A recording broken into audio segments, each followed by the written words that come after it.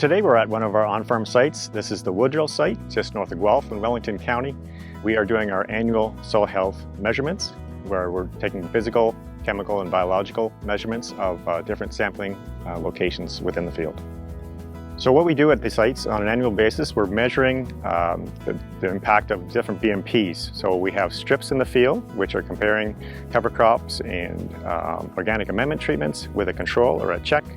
And we're seeing what the impact of those have on soil health properties. We're also looking at different landscape positions where we can compare what the impact of perhaps past degradation has been on those same soil health indicators. And we're focusing on the three contrasting areas, essentially at the top of a knoll or a crest position, halfway down or a mid-slope, and then the lower position. So we see obviously that there would be changes within a profile over those three different areas. And that really influences things such as the amount of organic matter, the quality of the soil within each of those areas. It affects drainage. So some of those things are certainly going to influence the soil health indicators that we're trying to capture in our measurements. Soil health is the soil's ability to grow crops without becoming degraded or affecting the environment. For a soil health assessment, some examples of physical properties would be aggregate stability, or bulk density. Chemical properties would be fertility, pH, and then biological properties, organic matter, or things like active carbon. A number of the soil health indicators that we sample for are biological, and so we selected June to do the sampling because that's when the soil is most biologically active. It's moist, the soil's not too hot at that point. So that gives us good readings on those indicators, and we do it once a year every June so that we are consistent in our timing.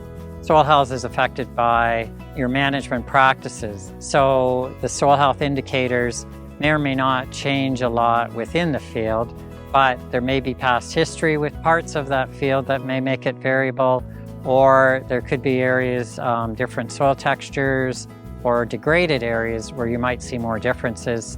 Soil degradation is essentially the opposite of soil health. It's when soil is unhealthy, it has been physically, chemically, or biologically broken down and is not functional. In the on-farm program, we're looking at three types of degradation: water erosion, tillage erosion, and compaction. Tillage erosion is the removal of soil by tillage implements from top of slope to bottom of slope. Woodrill Farms is a very interesting site. It's hilly, it's got a range of soil types, and it's got historic tillage erosion. And it's one of the worst cases of tillage erosion that we've seen on all the on-farm properties. There's several indicators for tillage erosion. First, look at the crops itself. If you're looking at crop performance early or mid in the season, you'll see certain landscape positions where the crop year after year does not perform well. You're going to see crops that are stunted. They're going to look poor. Some are going to show nutrient deficiency, but in most cases they're showing moisture deficiency because these soils don't hold on to water available to plants. It often shows up in yield results as well. You'll see that these knoll positions or these upper slope positions, the crop yield is considerably lower, sometimes 50% lower than the field averages. Another thing to look at is, especially at the beginning of the year, is looking for white caps or grayish white caps on the upper slope positions on these rolling landscapes, and that indicates tillage erosion.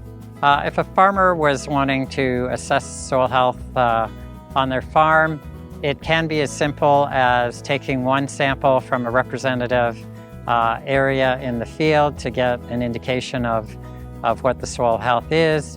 If they've got a history of grid sampling or zone sampling in a field, and they can look at the organic matter levels or fertility levels, that would give them an indication that there might be soil health differences in the field, then it might be worth sampling a few more areas within the field.